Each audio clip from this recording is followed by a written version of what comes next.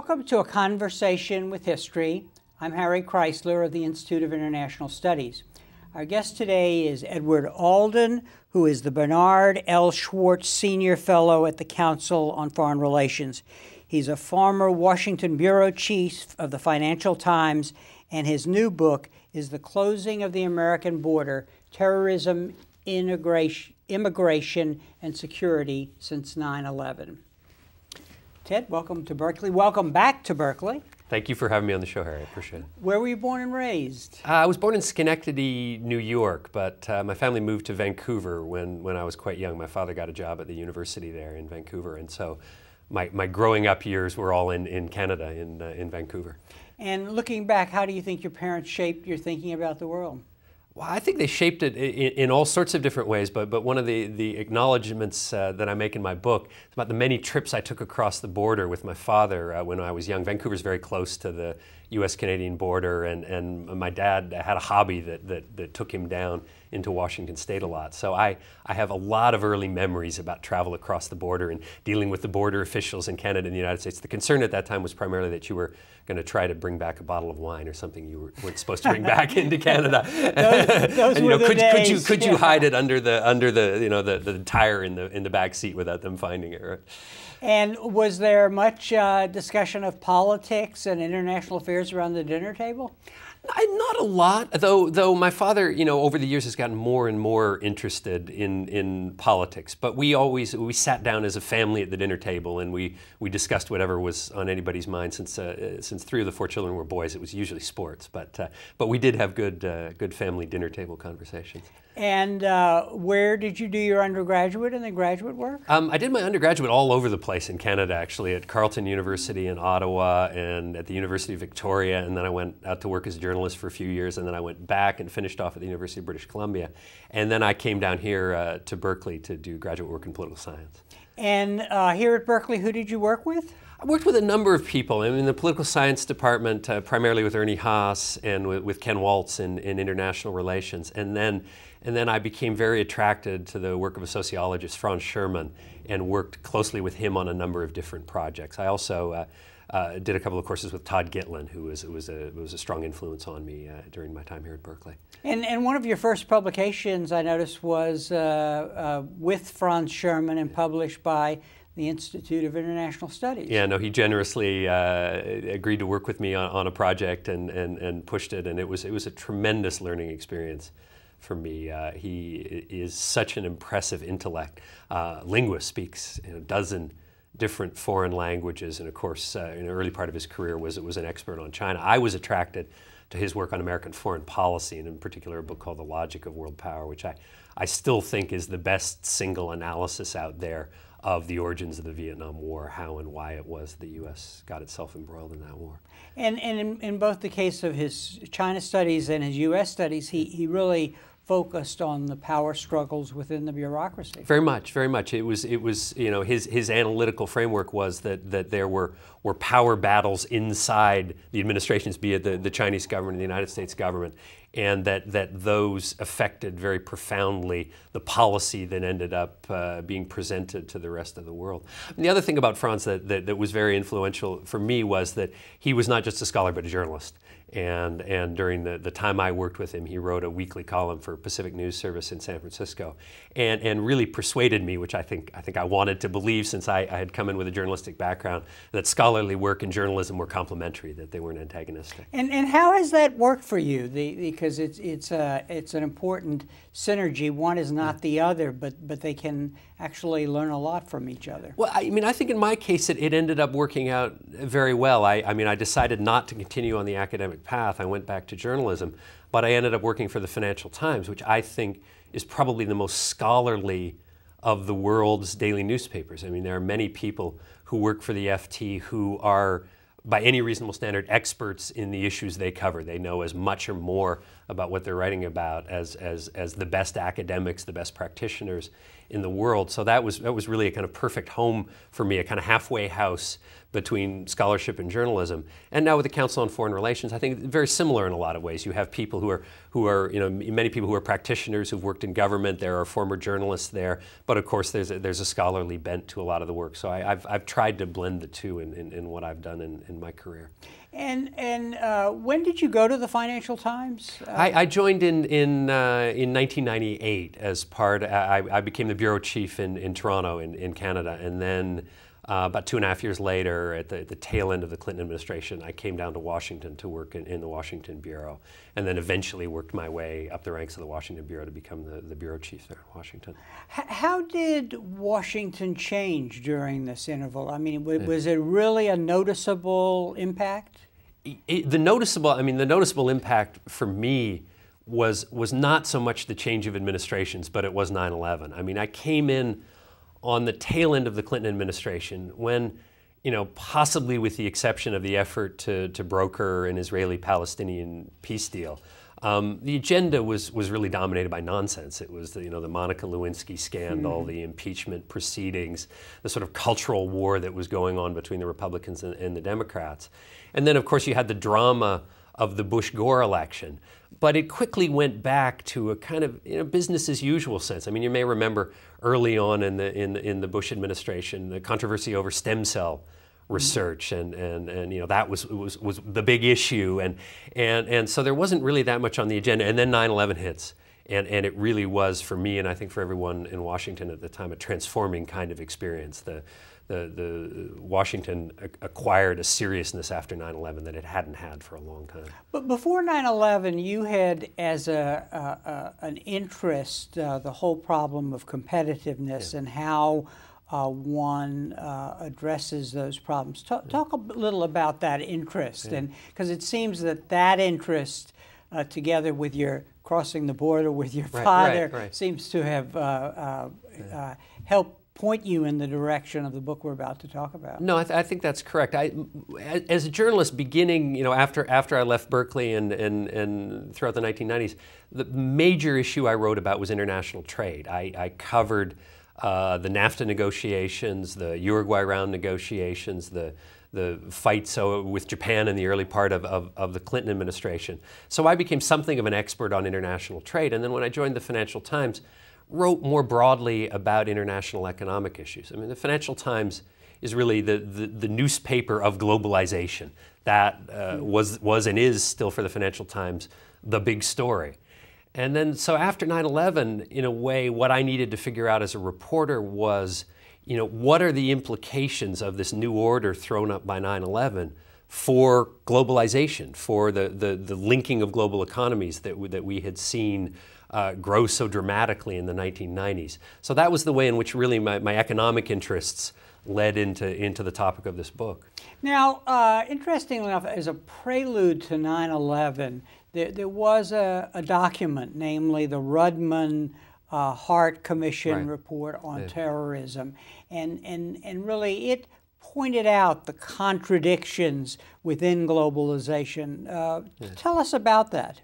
Well, it was interesting because literally the first story I wrote as a result of 9/11 was about the Hart-Rudman Commission. On the morning of the attacks, I was supposed to have a day off, and I was at home and turned on the television just in time to see the second plane hit the towers. And after determining, we got our kids home after determining that my wife was fine, I got on the train going into Washington, D.C. because I had to get to work. And it was the strangest experience. There were packed trains coming out of Washington, D.C. I was literally, other than the driver, the only one on the train going into Washington, D.C. And I got to the office, and by the time there, of course, our whole office had mobilized, and there were people working on the big story of, what happened, what's been hit, what are the consequences. And I thought, well, what can I usefully do? And I thought, well, I'll try to do some kind of forward-looking piece on what are the policy implications of this going to be. And I immediately stumbled onto the Hart-Rudman Commission because, of course, they had anticipated precisely what had happened. They had said we're likely to experience a major terrorist attack. They'd reported in 1999. And so for the paper of of September 12th, I wrote about that report and said this is going to open a debate in the United States about whether we need a homeland security apparatus. And it really went from there. And as you suggest, the Hart-Rudman Commission understood the dilemma, which is how do you improve security against a terrorist attack without putting sand into the gears of globalization, without throwing away the free mobility, both in terms of goods and in terms of people, that was and is one of the primary features of globalization.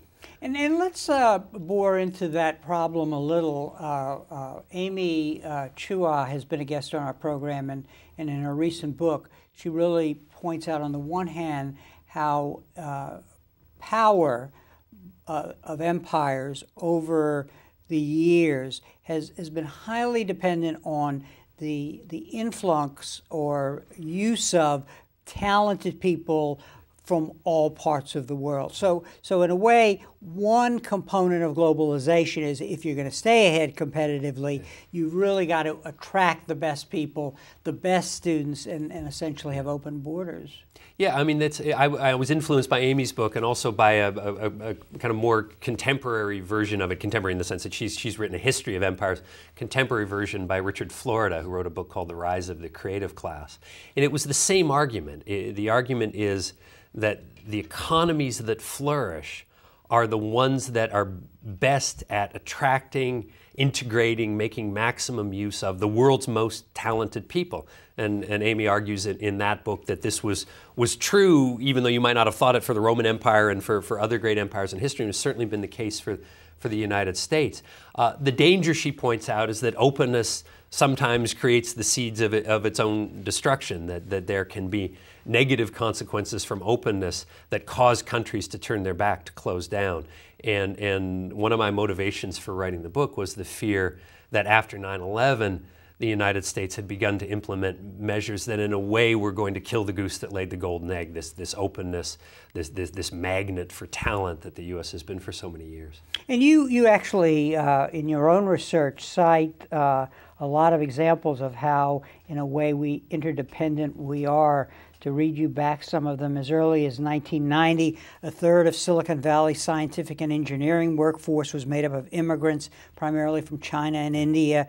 By 1998, there were nearly 3,000 firms in the region, led by a Chinese or Indian chief executive, accounting for more than $6.8 billion in sales and 58,000 in jobs, and more than half of the PhDs in engineering and science are from foreign countries. So it's a real connection. A flow of human resources that really makes our vitality as the leading global power real. Yeah, I think there's absolutely no question about it. And there's been recent research looking at patents as an indicator of innovation, and immigrants file for, receive patents at a much higher rate than American citizens, and the reason is not that they're smarter or more entrepreneurial necessarily, but that we are attracting a lot of foreign scientists, engineers, the sort of people who are likely to file patents. They come, they study at U.S. universities, they remain here, they become part of companies, they start their own companies, and it's absolutely been an engine of American innovation, and innovation has really been at the heart of American economic leadership. I mean, getting back to the competitiveness themes, if you had to point to a single factor that accounts for the American ability to stay at the top decade after decade after decade, it's our capacity for innovation. Mm-hmm. Now, you touched on the other side of this, which in talking about Amy, namely the whole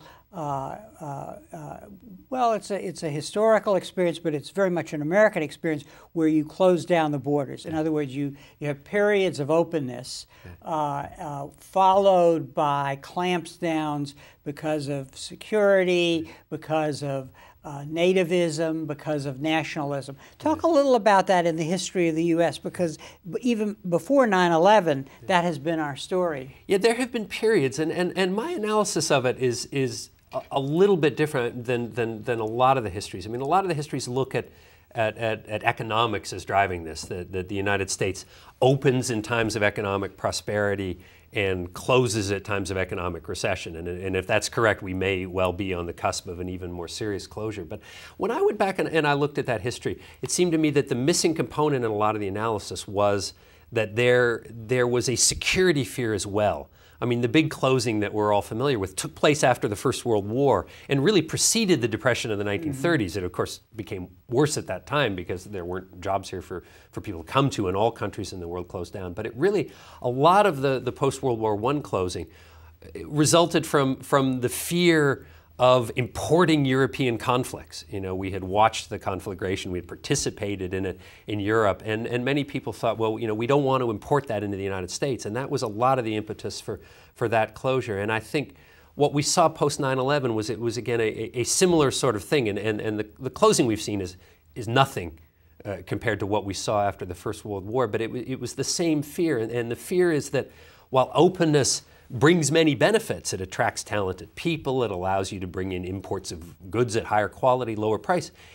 Openness also allows things that we don't want to come in. I mean, drug smuggling, international criminals, and as we found out with 9/11, terrorists. And so I think it has been true at a number of points in American history that security fears have really driven this closing down as much or more than economic concerns. In the period before 9/11, you do an interesting account of the differences in California toward immigration policy now versus the policies of Texas, and I think it's worth talking about this because President Bush, President George W. Bush, had been governor of Texas, and so he had a very interesting take pre-9/11 to the border. So compare that, his position, with that, say, of Governor Wilson here in California, and what explains the differences. Well, one of the events that I recount in my book was a clash between Governor Bush, who was then governor of Texas, and Governor Wilson at the 1996 Republican Governors Association Convention, the first one that Bush had attended. And at the time, Wilson was really a star in Republican ranks, was seen as a potential presidential contender. And his star was rising largely on the immigration issue, Prop 187, the English-only initiatives. And California, of course, more than really any other state, had experienced some of the economic, cultural conflicts that come with high levels of immigration, particularly high levels of illegal immigration. Texas, intriguingly, had always had a slightly different take on it. I think, partly because Texas has very low levels of social services. One of the arguments about illegal immigration is people come in and you have to provide schools for them, you have to provide hospital, medical services. This is a huge cost for states. In Texas, the level of social services are fairly low and have always been fairly low. And so in Texas, you had a business community which was very supportive of immigration from Mexico in whatever capacity, be it legal temporary worker programs or be it unauthorized migration.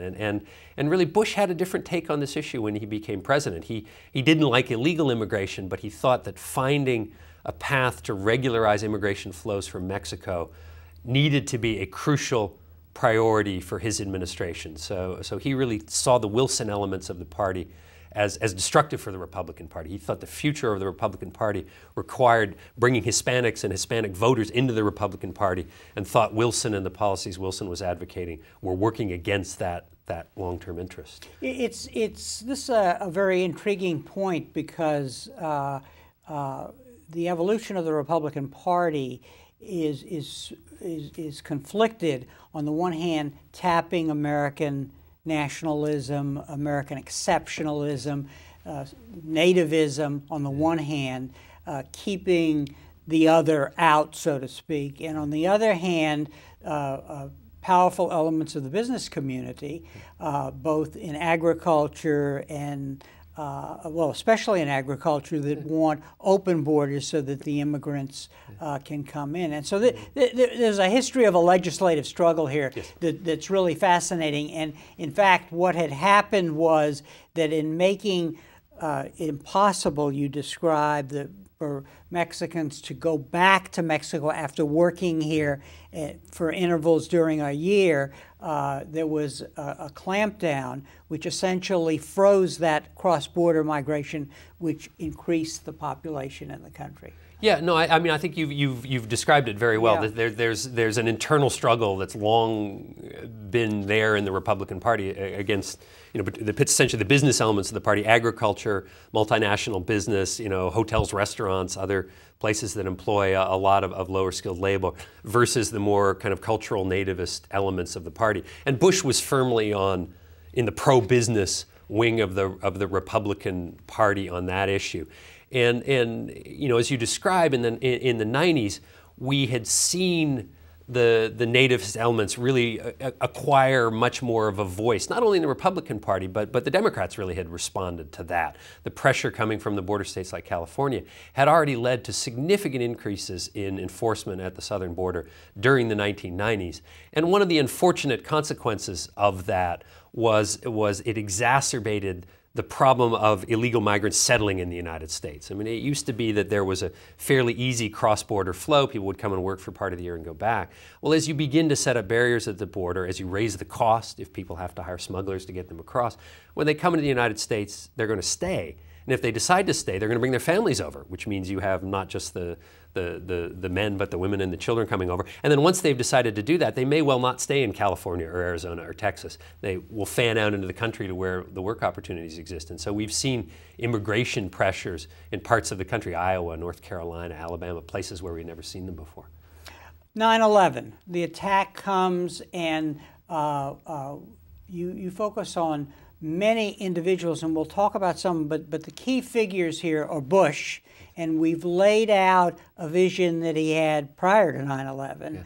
Yeah. But the other key players become Secretary Ridge, who ultimately becomes Secretary of Homeland Security, but at first is an advisor in the White House, and the Attorney General John Ashcroft.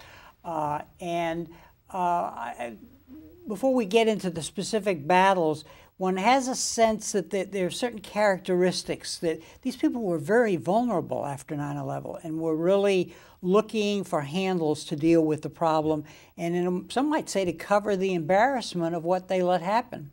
Yeah, well, I mean, I would be a little more charitable in the sense that I think everybody that I interviewed who was in the government at that time believed that 9/11 was not going to be a one-off, that there were going to be follow-on attacks, and that in fact there might already be terrorist cells in place in the United States with plans to carry out follow-on attacks. So I think there was a kind of desperation.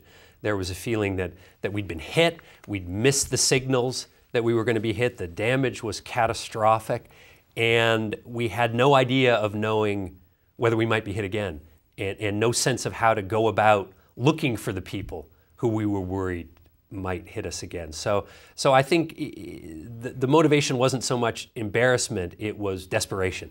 It was this feeling that the threat was real and imminent, and we had no idea what to do about it.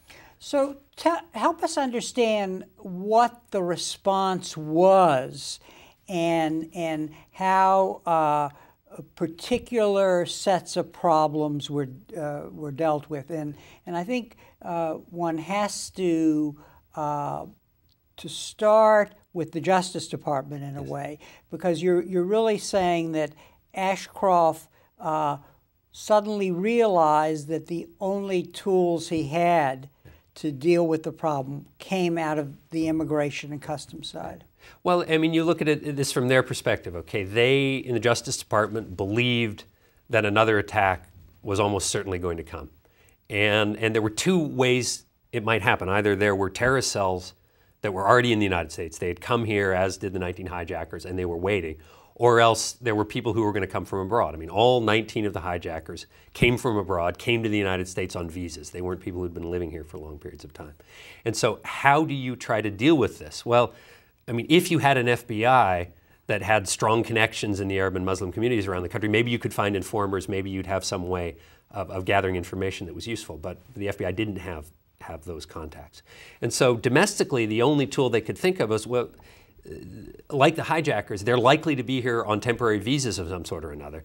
So we're going to go out and we're going to start arresting people, asking questions. If people give any indication that someone down the street might have some connection to terrorist attacks, we're going to hold these people. We're going to find immigration violations, and there often were. I mean, there were a lot of people. There still are a lot of people living in the United States out of status, and that's an extremely powerful tool. If you find someone with even a minor immigration violation, you can hold them for long periods of time. There are some due process limitations, but as we discovered after 9/11, it was easy to steamroller over those. So they ended up arresting a lot of people, holding them for long periods of time after 9/11.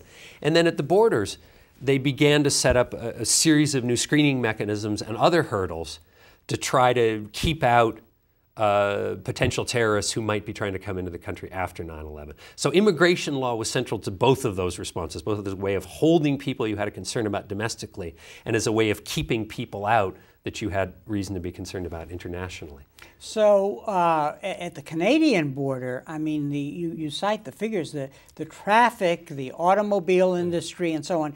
The truck traffic is unbelievable, so in the first days, you essentially get a clamp down in that traffic. Yeah, and the immediate response right after 9/11 was really literally to close, well, not quite literally, I'm going to look at it, but a virtual closure of the borders. That what happened at the Canadian and Mexican borders, which had never happened before, was they went to what was called a level 1 alert, which meant that every vehicle, every individual crossing the border was subject to maximum detailed inspection. You know, you went through every inch of the car to make sure there wasn't something in that car, and this, you know, this was indiscriminate. So, you know, you could have a trucker who was moving auto parts across the border and ran that route 2 times a day, every day for the last 10 years. He was subject to the same level of scrutiny as someone you'd never seen before. And the result was really to shut down the economic system that operated across that border. And this was most apparent in the auto industry, because the auto industry on both sides of the border is fully integrated. You have cars that are assembled in the United States with parts that come in from Canada and vice versa. And it's a real-time system. You know, the parts leave the factory, they've got 10 hours to make it into the United States to the assembly line. And if they don't make it, then the assembly line shuts down. And that's what we saw happen in the aftermath of 9/11 because of the border closure and the delays that caused. Now, there's throughout the book, a very interesting theme, and this takes us back to what we were just talking about. There is a sense that America was into a mode of saying globalization is great. Yeah. And so you had in place pluses and minuses in the bureaucracy for responding to this crisis, and let's talk about that because I think it's very important. So the hijackers on the 9/11 flight were identified first not by the FBI, but I guess it was the Immigration and Naturalization Service. Customs, actually. The Customs Customs Service. Customs. Yeah. And tell us how that came about, because within 2 hours they knew who the hijackers were. Yeah, this was a fascinating story, and something that I think should have been part of the 9/11 Commission report, but they overlooked. This was very interesting because Customs, of all the organizations in the United States government, had been the most sophisticated at trying to deal with the negative consequences of globalization. And this was particularly the case for drug smuggling. You know, open borders make it easy for drug smugglers. And so Customs had tried to develop systems to help it identify drug smugglers.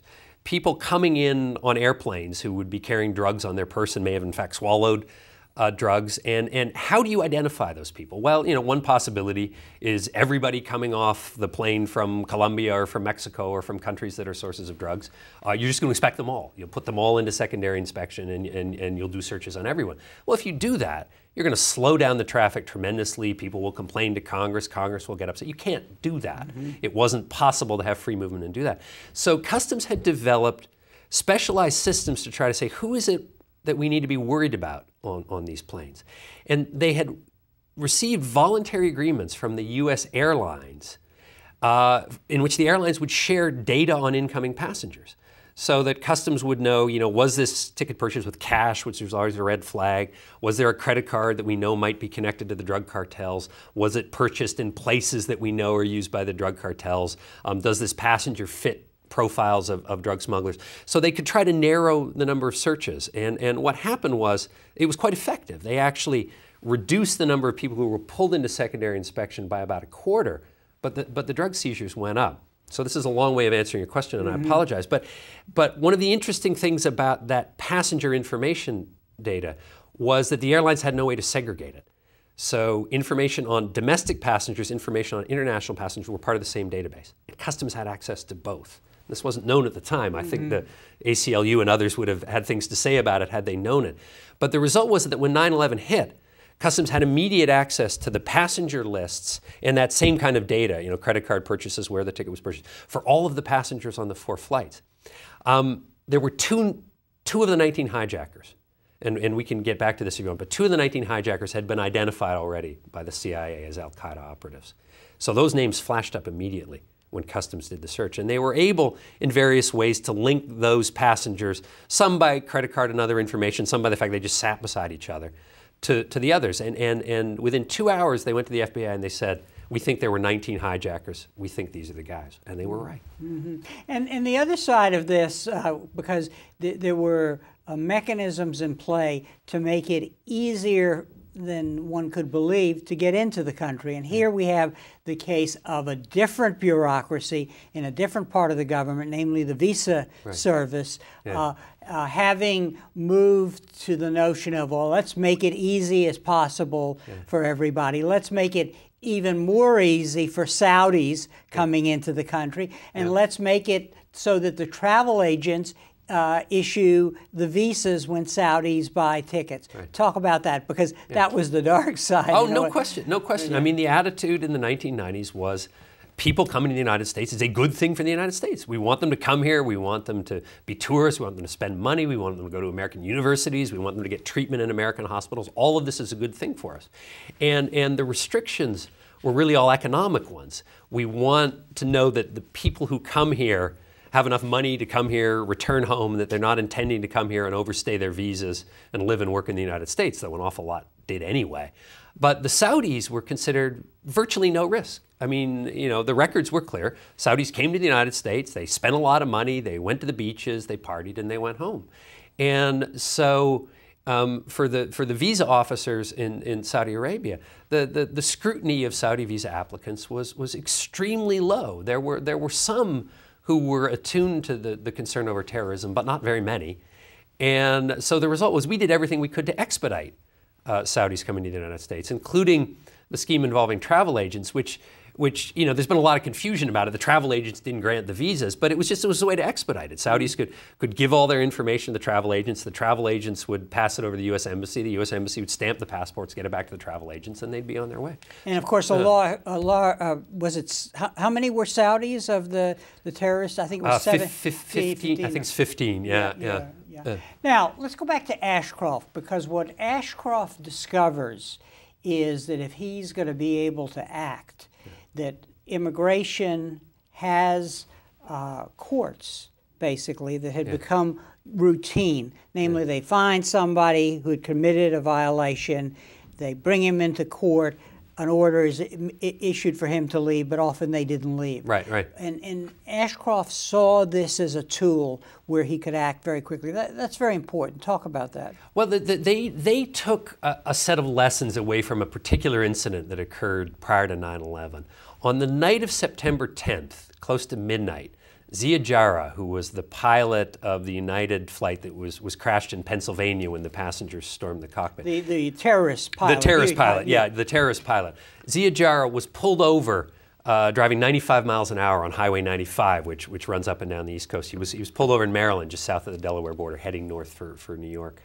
And the policeman pulled him over, ran the usual wants and warrants. There was nothing in the database, so he wrote a ticket for $270, gave it to Jarrah. Jarrah went on his way, and the next day, of course, he got on the plane and was part of the hijacking of that flight.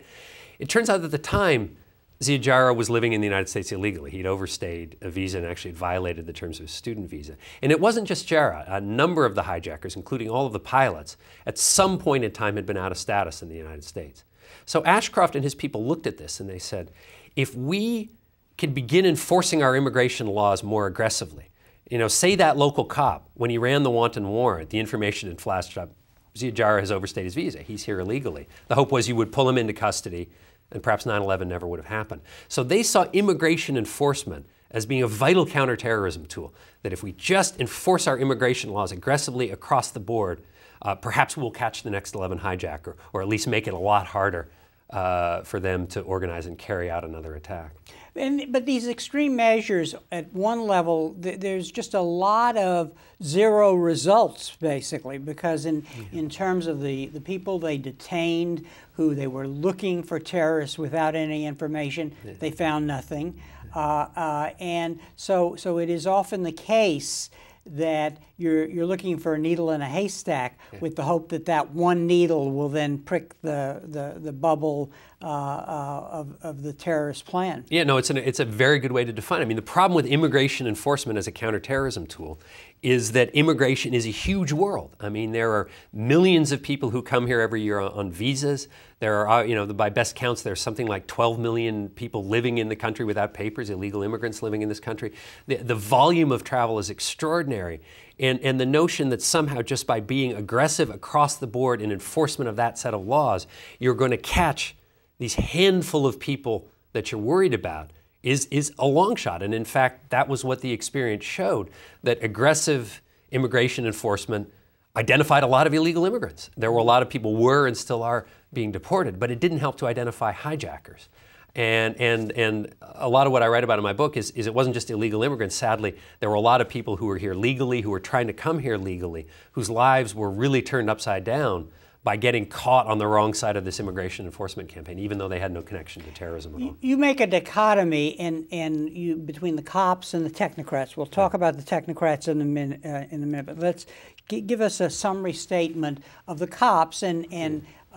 Ashcroft is the key cop, both in being head of the Justice Department, but also in what he sought to do and what he felt he had to do in this period of vulnerability. Yeah. Well, I mean, Ashcroft talked, I mean, the cops was interesting how they called themselves. So it was a self-definition. The technocrats I made up myself. But Ashcroft described what he called a spit on the sidewalk strategy, which he attributed to Robert Kennedy when Kennedy said, we're going to go after organized crime, and if they spit on the sidewalk, we're going to pull them in and charge them with that. Well, he saw immigration law as his equivalent of a spit on the sidewalk strategy. There's a DHS official who put it to me very nicely. He said, immigration law is like tax law. You're guilty until proven innocent. And so it was a powerful tool for Ashcroft. If there were people out there that they had any reason to be concerned about, they could pull them in, charge them with some minor immigration violation, and hold them for a long time for questioning. And so they saw that as the most powerful law enforcement tool they had, and they used it to the hilt. Now, tell us about the technocrats and about Ridge, because Ridge had been a governor of a border state, and he was brought in as in the White House first for Homeland Security, and then the first head of the department. Yeah, Ridge really came at this problem from a different perspective. I mean, for Ashcroft, there was one issue. The issue was how to prevent another terrorist attack. And if there were unfortunate consequences of those enforcement efforts, he didn't really care about it all that much. That wasn't his job. His job was to prevent another terrorist attack and to use whatever tools he had. Ridge looked at the problem differently. Ridge had been governor of Pennsylvania, thought of himself as a border state governor. He grew up in Erie, which is right on the shores of Lake Ontario, had a lot of interaction with the Canadians, thought very much about economics, as all governors do. Governors spend a lot of time trying to attract business to their state, trying to attract investment. And so he came into the job with a very similar perspective to that was laid out in the Hart-Rudman Commission, which is the challenge here was to tighten the borders to secure ourselves against terrorists, but to do so in a way that it didn't interfere with the free flow of goods and the free flow of people. So he always looked at his job, both at the White House and in Department of Homeland Security, as twofold. Improve security, prevent another terrorist attack, but do it in a way that preserves an open economy. Mm-hmm. And in this context, the central idea is what you call risk management and smart borders. Right. Tell us what those are. Well, there's sort of two elements to it. Risk management means you have to think about the consequences of the measures you're putting in place. There's no perfect defense against terrorism, right? I mean, there's an unlimited number of potential targets, every shopping mall, every subway. You can't prevent them from hitting you everywhere.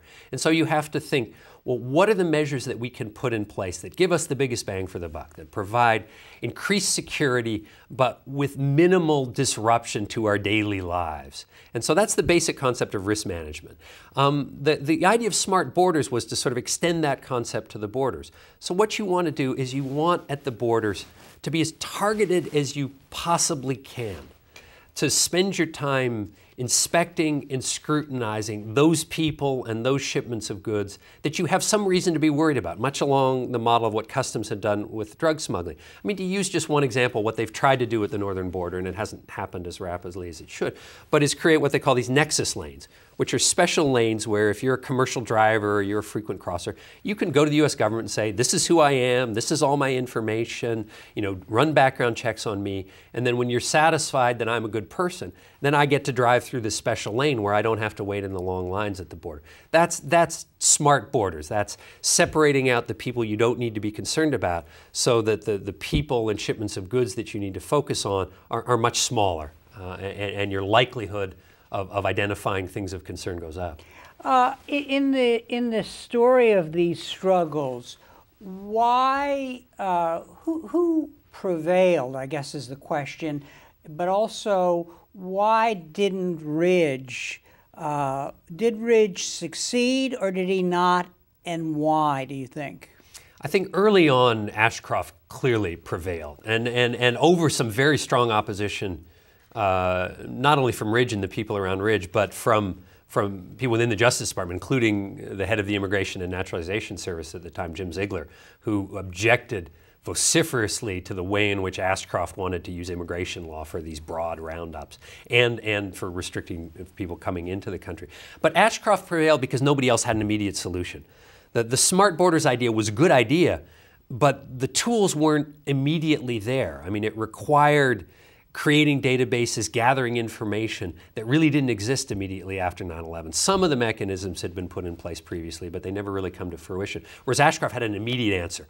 I've got a set of tools, I can use them aggressively. And so really for the first 2 years after 9/11, Ashcroft won almost every battle with the White House, with the State Department, and with detractors within his own Justice Department. In a way, you can say that the national agenda became fear, and, yes. And that in turn was linked with the politics of the Republican Party and looking forward to the next election. Did that national vision and agenda make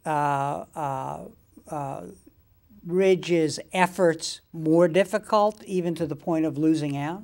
Yeah, I think over time it became a bigger issue. I think, immediately sort of 2001, 2002, I don't think politics was uppermost on anybody's mind, even within the White House. But as the midterm election approached, it became clear to people in the White House, to political operatives, that the war on terrorism was a very good issue for the president. And I talked to a lot of people in Homeland Security who say they were constantly under pressure from the White House to do dramatic things, to run exercises, to make announcements that constantly emphasized to the public the threat of another terrorist attack, that this was something that was good politically for the president. And so in a way, this issue began to spin out of control, and we talked earlier about the president's desire to maintain open borders, to do agreements with Mexico to regularize the flow. Over time, this began to spin out of control because his party, partly for political reasons, began to emphasize more and more the threat that, oh my God, terrorists are going to cross the borders, come into the United States and carry out another attack. And this political agenda, which is emerging over time, was reflected in the fact that even after Homeland Security was established as a cabinet-level department, there remained an Office of Homeland Security in the White House that Ridge had to deal with. Yeah, I don't think that was entirely a political thing. I mean, the people that staffed the Office of Homeland Security were by and large professionals of one sort or another. It was headed for a time by Richard Falkenrath, who now runs Homeland Security for the New York City Police Department. But it created a struggle. DHS was kind of ill-formulated from the outset. I mean, Ridge's original idea, which I report on in the book, was that actually there should just be a merger of the border agencies. I mean, he originally was not a supporter of creating a big Department of Homeland Security. That came as a result of pressure from Congress and the feeling in the White House that they'd better get with the program or it was going to be forced down their throat. But nobody ever figured out what DHS was supposed to do. Some people thought it was supposed to coordinate government-wide efforts on Homeland Security. But the fact that an Office of Homeland Security remained in the White House meant that you had a White House agency that also saw itself as the coordinator. So there was a structural conflict built into the creation of Department of Homeland Security, which meant the DHS was not only fighting with justice and fighting with state, but it was often fighting with the White House. And you point out that Homeland Security never had a planning office under Ridge, and that may have been a great mistake. Yeah, I mean, as it was put in an article I quoted actually. A planning office is bureaucracy 101. You need some place where you're thinking about the department's long-term goals, its strategic vision, and that was never part of the initial formulation. There is one now in DHS. It was implemented under Chertoff. The only thing that kind of looked like a planning office was in the portion of DHS dealing with border and transportation security. And I think it's not a surprise that part of the operation actually was much more effective, say, than the disaster recovery part, as we saw, the disaster in the mismanagement of Hurricane Katrina and the collapse of FEMA. I think you can attribute some of that to the lack of any sort of policy vision within the department as a whole. Going back to what you learned from Franz Sherman, it would seem that the fragmentation of the government, the separation of powers, the whole thing that at one level has made America a very vital place and a great democracy, in a situation like this becomes a monster, basically.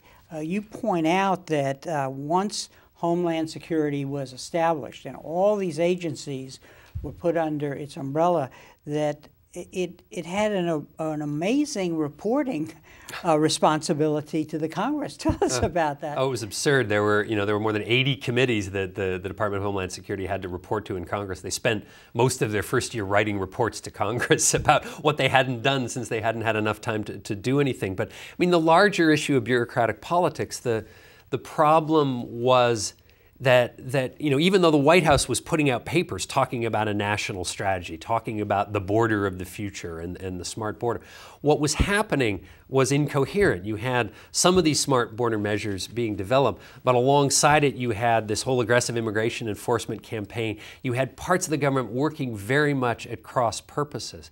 And what we saw as a result was in 2002, 2003, 2004, there were tremendous restrictions on people trying to come to the United States. I mean, the number of visas granted for people to travel here fell from close to 8 million to fewer than 5 million in 2 years. And so you had different parts of the government all kind of falling over each other to try to put in place new border security measures without thinking about, well, what are the consequences of this going to be in the real world? I mean, what is the effect going to be on all the people we want to come to this country and that we have relied on?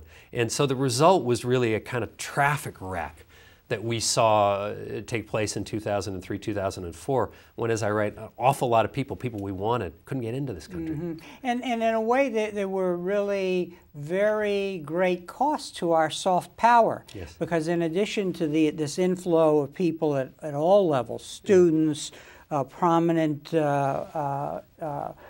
businessmen, whoever, that the economic consequences of that, there is also a consequence in the way we're perceived in the world. Yeah, I mean, I think there were economic and diplomatic consequences. The economic consequences you refer to, I mean, for the first time since the end of the Second World War, we actually saw a decline in the number of foreign graduate students coming to the United States. They began to go elsewhere, and the figures are very clear, even though we've fortunately seen a bit of a recovery in the last year or so.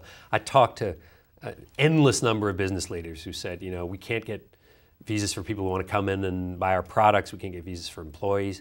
A lot of companies began to set up operations abroad because they couldn't get the people that they wanted here. So we paid an economic price there. In a way, the diplomatic price, I think, was almost bigger. One of the easiest interviews for me to arrange and the most interesting was with Secretary of State Colin Powell, because he said he dealt with this constantly.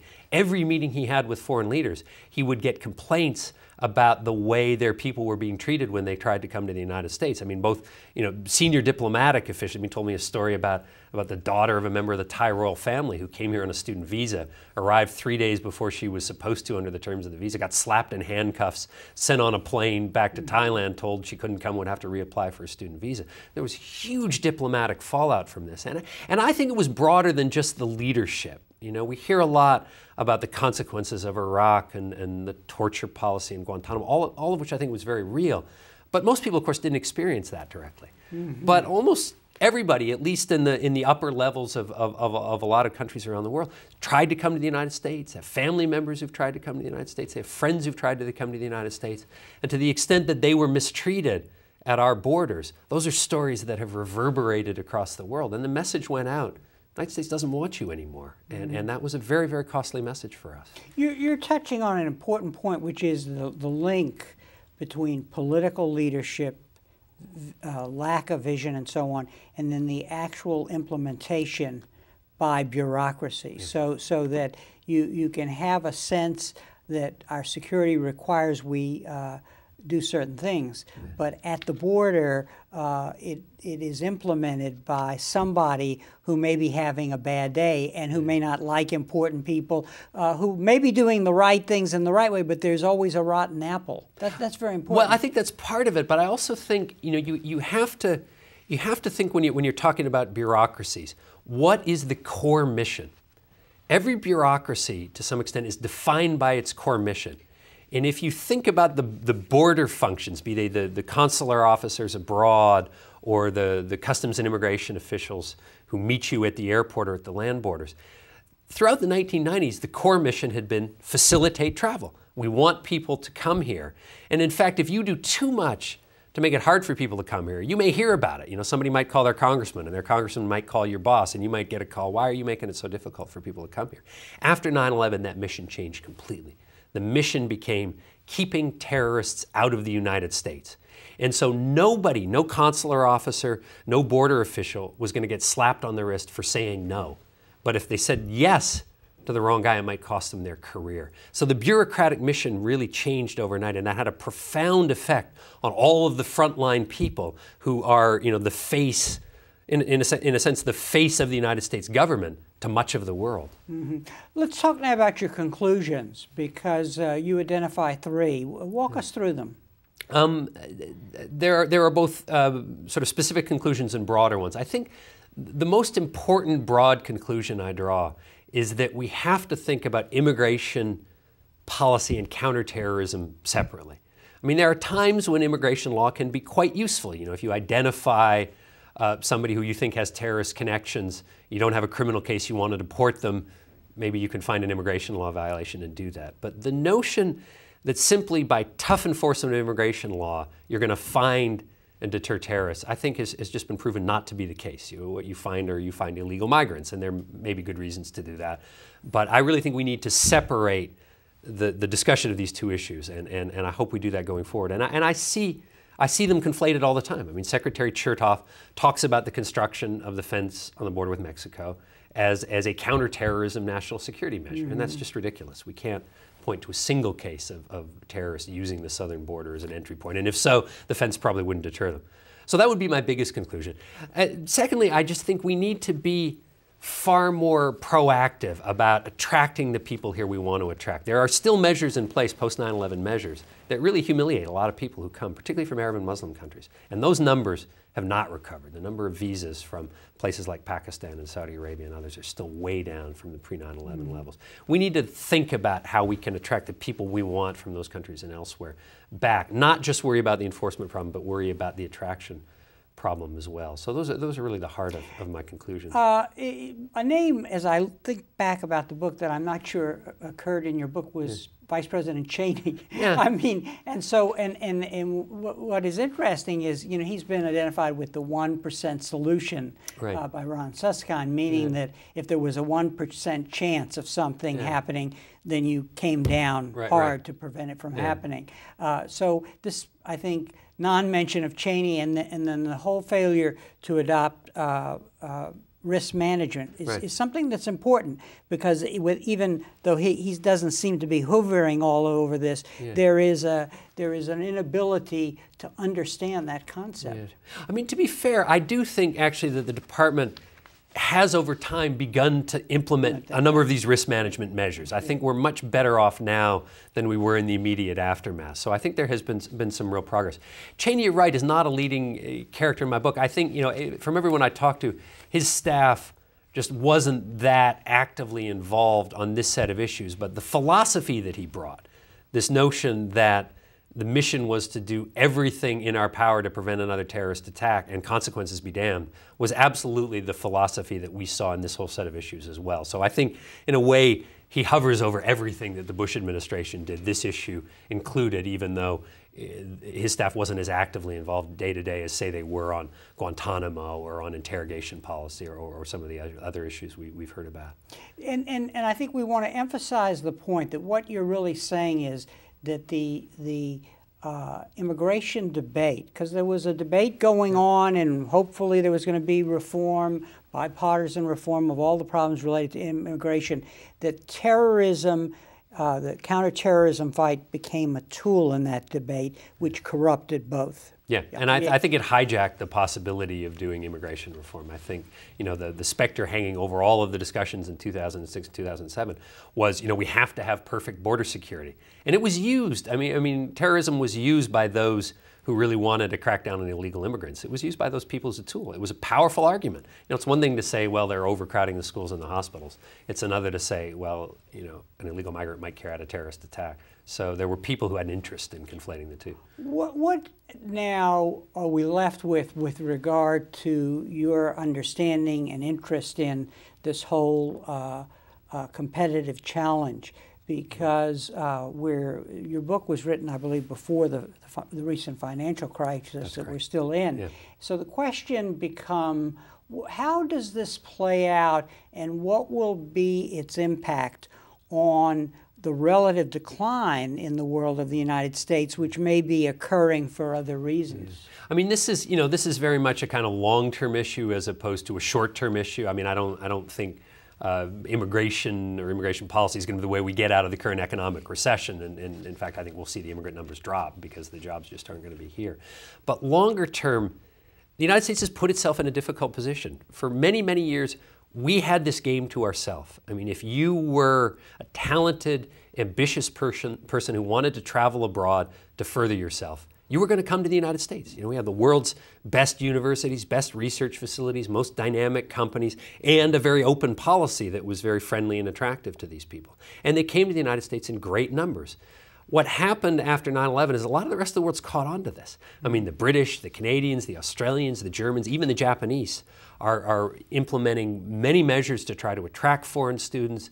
They're making immigration procedures easier for these people. They're making it easier for them to find work afterwards. We are now in countries like China and India, of course, are trying to keep these people. They're implementing policies domestically to attract them back home. So we are now in a competition for the world's talent, such as we haven't faced in the post-war period. And I think that's going to be a difficult one for the United States. We have many advantages. People still want to come here. We still have the world's best universities. There are a lot of ways in which we can win this competition. But we're in a fight on the competitiveness front that didn't exist before 9/11. Ted, on that note, which I guess there's an element of hope in it, but also discouragement, let me show your book again, The Closing of the American Border. And I want to thank you very much for coming on our program and coming back to Berkeley. Thank you for your time, Harry. I enjoyed it very much. And thank you very much for joining us for this conversation with history.